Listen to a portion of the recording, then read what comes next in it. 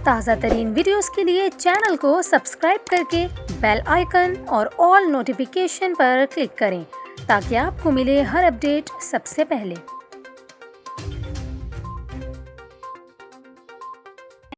और अभी आपको बताएं, सिंध हुकूमत की जानिब से कराची में ट्रांसपोर्ट की एक और मयारी सहूलत का इजाफा कर दिया गया है। ऑरेंज लाइन बस सर्विस का आज से बाकायदा आगाज़ हो रहा है। औरंगी टाउन ऑफिस से बोर्ड ऑफिस तक चलने वाली इस सर्विस से यौमिया 50,000 शहरी इस्तेफ़ादा हासिल कर सकेंगे। 50,000 लोगों को यौमिया मुस्तफ़ीद करने के लिए बनाई जाने वाली ऑरेंज लाइन को अब्दुलसत्तार एधी के नाम से मंसूब किया गया है। ताहम इस लाइन को बनते बनते 6 साल 6 माह का वक्त लग चुका है। सिंध हुकूमत ने ऑरेंज लाइन बस मंसूबे का संगी बुनियाद 10 जून 2016 को रखा। तकमील की मुद्दत 1 साल दी गई, लेकिन मंसूबा शुरू होने में गैर मामूली ताख़ीर हुई। इसके अलावा औरंगी टाउन से बोर्ड ऑफिस तक चलने वाली ऑरेंज लाइन बस का ट्रैक 3.9 किलोमीटर तवील है, जिसमें 4 बस स्टेशन और 18 बसें हैं।